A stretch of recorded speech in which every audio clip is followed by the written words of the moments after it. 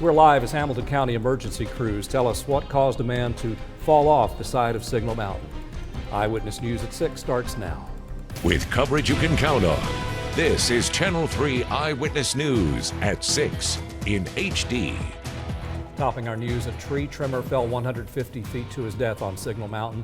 I'm David Carroll. And I'm Natalie Potts in for Cindy Sexton. Hamilton County Emergency Services responded to the scene at about 11:30. Channel 3 Eyewitness News reporter Kate Smith joins us now live from the scene where crews recovered his body. Kate, what can you tell us?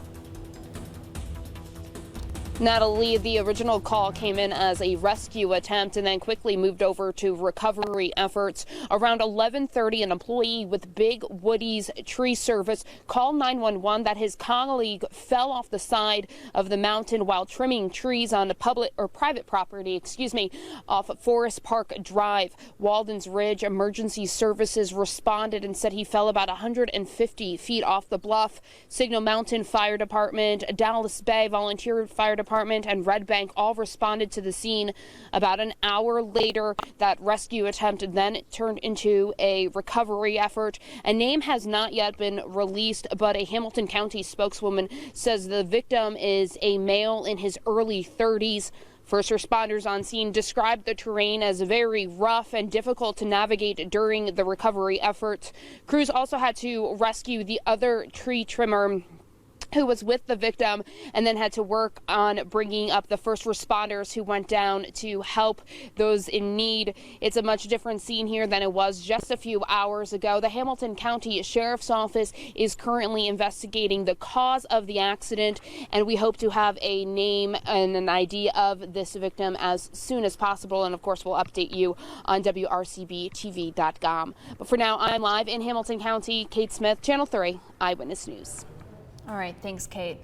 We are learning more tonight about the man killed during a deputy-involved shooting. The Hamilton County Sheriff's Office says 29-year-old Christopher Sexton's wife recently filed for divorce. And an order of protection was filed the same day as the divorce. It's when deputies noticed Sexton was in violation of the order of protection last night, and that's when the police pursuit began and then ultimately ended with Sexton's death. Channel 3 Eyewitness News reporter Cameron Taylor has been following this story and has more for us live in Soddy Daisy. Cameron. Well, David and Natalie, court records show Sexton's wife requested an order of protection in 2007, 2009, and less than 2 weeks ago. You mentioned the divorce filings as well. Now, the orders from 2007 and 2009 were dismissed, but the latest one stuck. Now, in the order of protection, Sexton was ordered to stay away from family members. He's accused of breaking those rules, which led to the chase and then his death. TBI agents say 29-year-old Christopher Sexton led deputies on an extensive chase through Hamilton and Sequatchie counties. Deputies ran his truck off the road near the Sequoia Crossing Plaza. And the TBI says Sexton got out holding a gun and pointed it at deputies. That's when he was shot and killed. One woman who was at a gas station nearby describes what she heard. I heard a pop pop, which I'm assuming is the police officers warning the guy. And then you heard the pop, pop, pop, pop, pop. Now, Sexton's family wouldn't go on camera, but his sister tells us they're devastated about his passing, and they called him an extraordinary man who is greatly loved and meant so much to many. Now, as for the investigation, we hope to get more answers from the TBI in the coming days. We're live in Soddy Daisy tonight. Cameron Taylor, Channel 3 Eyewitness News. Thank you, Cameron. Chattanooga police have released new details on a shooting that happened the night before Christmas Eve. Police responded to Northmore Road about 7:30 that night after several reports of shots fired. When they arrived on the scene, they found 20-year-old Horace Reese with one gunshot wound. He was transported to a local hospital where he remains in stable condition. Police still need help finding the shooter, who was said to be driving a dark-colored Ford Escape SUV. If you have information, please call the Chattanooga Police Department. The Hamilton County Sheriff's Office needs your help finding a man who was wanted for criminal exposure to HIV and solicitation of a minor. Police say 49-year-old Troy McCauley violated the sex offender registry and committed domestic assault. If you have any information on McCauley's whereabouts, call the Hamilton County Sheriff's Office at 423-622-0022. A former Cleveland, Tennessee police officer was sentenced to 3 years for insurance fraud. Edwin Mijan was convicted in October 2016 after he hired a person to drive his car across state lines and then burn the car so he could collect the insurance money. He was fired from his job with the Cleveland PD and indicted for making a false report, tampering with evidence, and insurance fraud. Police arrested a man who they say tried to run over an officer. Fort Oglethorpe police say James Ferris led them on a chase on I-24 westbound when he eventually wrecked with his 4-year-old daughter in the car. A Chattanooga police officer saw officers chasing Ferris on foot, and he got out to help and cut off the suspect. The officer reported Ferris said he wouldn't go to jail and would have to be shot, but the officer tased Ferris and arrested him instead. Ferris faces several charges, including child neglect. A proposed gun range 5 miles off US 27 near Bakewell Mountain, strongly opposed by nearby residents, was shot down today. Hamilton County commissioners voted down a permit to stop the business from opening up at that site, but that doesn't mean that the plan is dead altogether. Channel 3 Eyewitness News reporter Tim Pham talks to a relieved resident and explains what's next for the shooting range. A shooting range business wanted to open up shop near Bakewell Mountain. Today, county commissioners denied that request, citing quality of life, not a gun-related issue. Residents of Bakewell Mountain celebrated with high fives and hugs as they left the Hamilton County meeting. That's because a proposed $2.4 million gun range won't be built in their community. We have no problems with guns and we believe in gun rights, but this range in specific, it was going to be located literally 20 feet from our properties. Last week, commissioners heard statements from residents like Scott Phillips and the owners of Zero Dead Shooting. The business conducted sound tests, but homeowners were still concerned about how it would impact their quality of life. We thought we stuck to the facts pretty well, and we had all the questions and concerns answered. We couldn't overcome the emotional outcome of it. Commissioners voted 8-1 to deny a special permit for the range. Greg Martin was the only vote in support, but the county made it clear they are business friendly and this is not about gun rights. I was really pleased that they weren't against the business itself. It seemed to be just a location and just resident issue. Phillips considers this outcome a victory, and he says he's not against the business itself. He just doesn't want it in his backyard. If they open up that range in a safe location, we'd be glad to go out there and practice shooting ourselves. But what I would say to the business is don't give up. Find a good location. It'll benefit Hamilton County, but at the same time, please consider other families. The owner of the shooting range says since they have most of their business plans already established, they hope to find a new location very soon. Reporting in Hamilton County, Tim Pham, Channel 3 Eyewitness News. Thanks, Tim. Zero Dead Shooting says they hope to find a new location, but the owner tells us that could be difficult with the county's rapid growth. The Hamilton County Commission also denied Central High School a track that would have come with a $500,000 price tag. An aging facility along with mold and flooding are among some of the reasons the community wanted that track. But commissioners voted against the proposal, saying it was too large of an investment for one community. They urged the school to close down the track completely because of the risk of injury. School board members agreed to close down the track because Central High School could be held responsible for injuries in the future. The East Brainerd Road widening project is 6 months behind schedule. The Tennessee Department of Transportation says the widening of East Brainerd Road, which began in 2015, is now scheduled to be completed in December.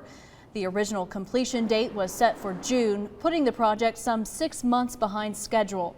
With asphalt plants closing for the winter, the intersection at East Brainerd Road and Morris Hill Road will stay in its current form until April. Drivers can expect a lane switch to the newly paved section of East Brainerd Road next month. I know they'll be glad to see those orange barrels finally go away. It's been a long process. Coming up on Eyewitness News at 6, a concrete business was robbed by 2 people, and yes, it was all caught on tape. And $1,000 is up for grabs if you can identify them. If you know who the suspect is, you should be able to identify them in the video. They're both wearing hoodies and blue jean pants. Greg Glover joins us in the studio for your Crime Stoppers report next. May see a sprinkle tomorrow morning, but the best chance rain is going to be coming up in about 24 hours from now. And may even have a few thunderstorms. I've got all the details on my 7-day forecast.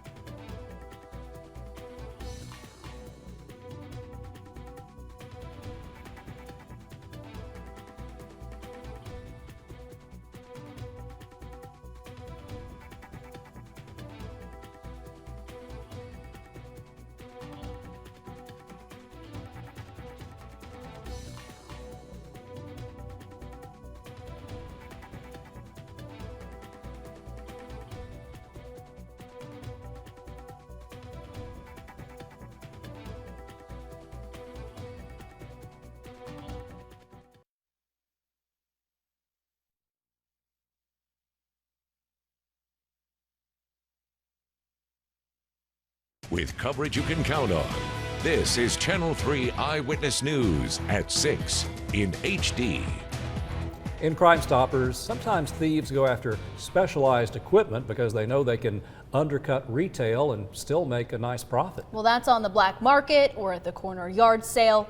The resale could lead you to a cash reward. Here's Greg Lever. There are at least a few ways you could be in position to help this week. In one of your circles, you may have heard about the crime. You may have taken note of an incredible deal on concrete equipment. Or maybe you'll recognize one or both of our suspects from some grainy surveillance video. If any of these apply, we have up to $1,000 reward cash waiting. If you have someone that's wanting to sell you a pressure washer or a laser tool set all of a sudden, then maybe a clue. A clue to the identity of one or both of this week's bad guys. They hit, of all things, a concrete business in the early morning darkness this past Saturday. Chattanooga Police Sergeant Victor Miller tells us they cut the fence and then immediately went for a trailer. Oh, it takes less than 5 minutes to break in, break the lock on the trailer, get the tools out. And as one's getting the tools out of the trailer, the other one's on the lookout, constantly moving back and forth looking for the police or someone to see them. A quick hit, but they apparently knew what they were after, some expensive stuff. Inside the trailer was a large amount of tools, and they took several items, including laser tool sets and pressure washer. As you'd expect, surveillance cameras are mounted at different spots around the business, and there are several floodlights to illuminate the property. Video shows the two close up. The quality of the images is not great, but if you know who the suspect is, you should be able to identify them in the video. They're both wearing hoodies and blue jean pants. One is a little bit taller than the other, you'll see in the video, and you'll get a good face shot of one of them. The other one's not so much. So have a good look. And should you come across someone looking to unload pressure washers or laser concrete equipment and you think, that price is just too good to be true, it probably is. We have up to $1,000 reward in exchange for your information. If you know the person, friend, family member, co-worker, whoever it may be, call in, get that reward. They'll never know that you called. All you need is the number, 698-3333. If you get voicemail, leave a way for Sergeant Miller to get back with you again through Crime Stoppers. He'll never ask who you are. David? Thank you, Greg. Coming up on Eyewitness News at 6, nice day today. Hope you enjoyed it, because showers are moving in tomorrow. Thunderstorms could be possible. Chief Meteorologist Paul Barris tells us when the best chance for rain is next.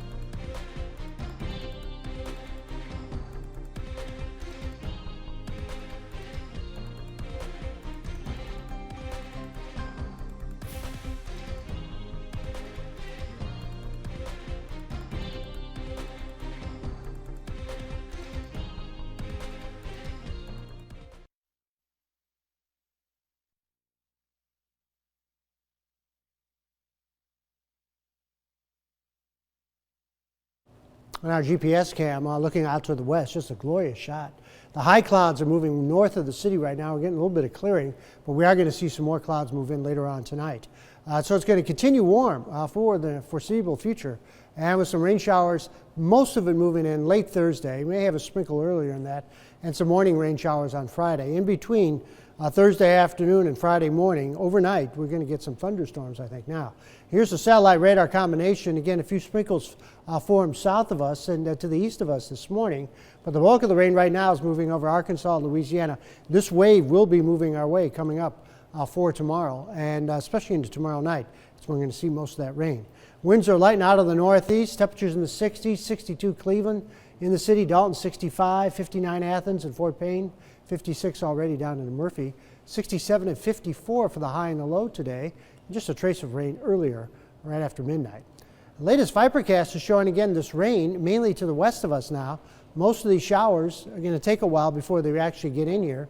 The thunderstorms will start to build tomorrow morning out in the Mississippi. And then as this line gets closer, this area in yellow and orange here, those are thunderstorms, and they could be lining up from Muscle Shoals and Huntsville by about 5 o'clock all the way down into the Mississippi-Alabama line. Then overnight, they're going to move by us. They should fade a little bit because the sun will be going down then. And some leftover showers coming up into Friday morning. High pressure building indo, and we're going to have really nothing cold. Even though this is technically a cold front, there's really not much cold air behind it, so it's still going to remain pretty much in the 60s. By Friday, 5 o'clock, it should be clearing off. We'll have partly cloudy skies, but another wave rapidly moves out of the Gulf of Mexico. It's questionable whether it'll be this south. Could be a little further north, and that could give us a little bit more rain coming up into Saturday. Right now, most of it, according to this computer model, is bringing it south. This is Saturday afternoon around 5, and then another wave comes out of the Great Plains, heads our way into Sunday morning and Sunday afternoon. So by Sunday morning, after it's all said and done, maybe about an inch to an inch and a quarter of rain, which would be very helpful if we can get that. Hopefully we will. Pinpoint forecast says old for tomorrow, increasing clouds and 60 for that high temperature and a chance for some showers. Collegedale, the best chance for showers for you after a high of 62 will probably be after the sun goes down. So for tonight, we're looking at a few more clouds, 48 with light winds. For tomorrow, 63 with some showers. Best chance will be late in the day, and a southeasterly wind at about 10 to 15. Tomorrow night, mid-50s with some showers and maybe a thunderstorm and southerly winds. And on the 7-day forecast, very, very warm coming up into Friday and Saturday, but a very good chance for showers and storms too. Right into Sunday also, we could have some pretty good showers and storms. Monday, another round of showers and storms, and Monday, the winds will really pick up as the storm almost what we call bombs out. That means it's really going to get intense along the mid-Atlantic states, and the wind's going to be fierce, especially over the Appalachians. And then drier weather for Tuesday and Wednesday. Still no winter weather, though. Nothing, no winter at all. Thank you, Paul. All right, coming up in sports, 3 games in 3 days at the Roundhouse starting tomorrow, right? I like that schedule a lot, and I also like this story you're going to see today featuring 2 of the fantastic Lady Mocs. And not just teammates, but sisters. Sister act. Come up with a lot at this point, right? Luck. Yeah, Jill Jelnick came up with a few herself as well. That's next. Plus the Mocs have had the entire week off, getting set for Saturday's game, that being the UTC men. Find out what they've been up to.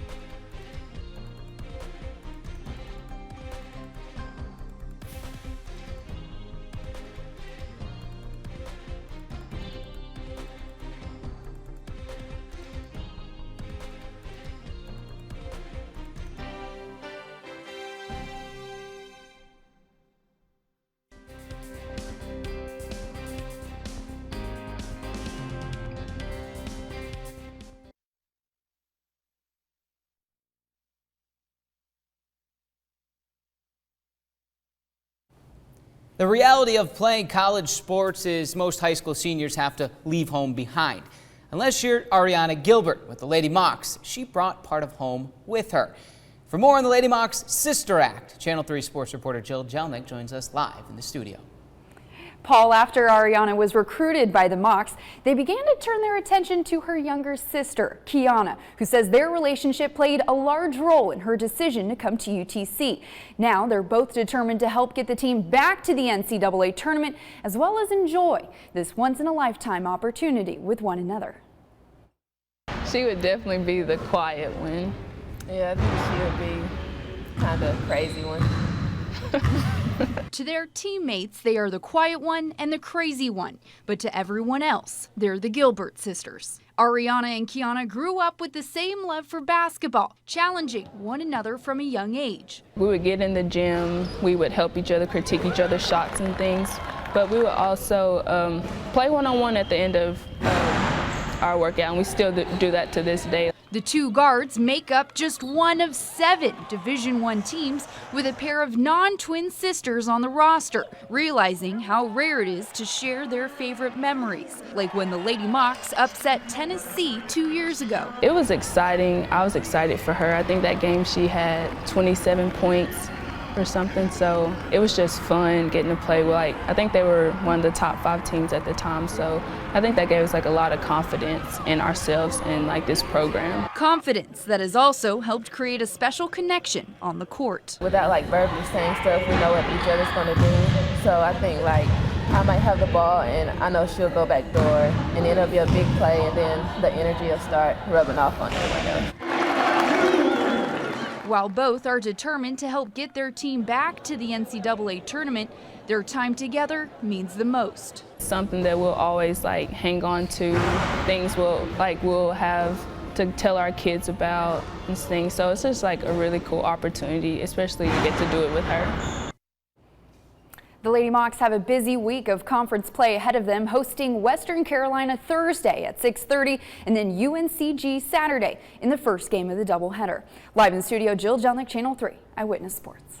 Get your popcorn ready. The Roundhouse is the place to be, as just mentioned. Meanwhile, the Chattanooga men are in the middle of a 7-day stretch without a game. Head coach Matt McCall says it's 7 days to fine-tune and get rested up. No question. With a veteran team, I think if you have a young team, it's a lot about practice and instilling, just your culture and mindset. But when you got, 5 seniors, 3 of them are 5th years, it's more about getting their legs underneath them. Trey tweaked his ankle a little bit against Mercer, making sure he's healthy, he's back, and that we're 100% for Saturday. Saturday at home with Sanford. It's a 5 p.m. tip-off, part of a doubleheader. As Jill mentioned at the Roundhouse, the Lady Mocs do play first against UNCG at 2. Meanwhile, there was a different shade of orange, in Knoxville last night. Clemson orange. That's head coach Dabo Swinney, fresh off his national title win with Clemson. He was at Oak Ridge High School, otherwise known as Butch's backyard. Dabo was watching his prized recruit T. Higgins play basketball. Higgins, an Oak Ridge senior, is a 5-star, ranked as the nation's 2nd overall wide receiver, and yes, committed to that orange, Clemson.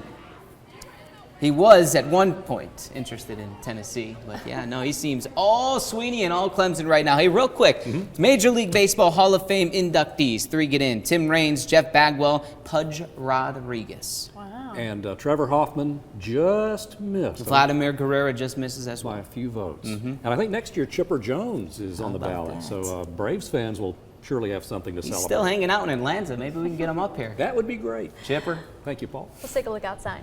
All right, your evening out looks fine. Just partly cloudy skies for tonight. Temperatures by midnight around 49, and not much change when you wake up, 48 to 52. But we will see a few more clouds starting to roll in. So the 7-day forecast has a good chance for showers, especially late Thursday with 63. And into Thursday night, we'll probably see some thunderstorms too. Into Friday, some morning showers and 70 for the high with some breaks in the clouds into the afternoon. Another round of showers and storms moves in latter part of Saturday into Saturday night, and at least the first half of Sunday, real good chance. And some of those storms could be quite strong. And then very windy and showery coming up on Monday. going to be a warm week. Very warm, next 7 days. That's a look at Eyewitness News at 6. NBC Nightly News starts now right here on Channel 3.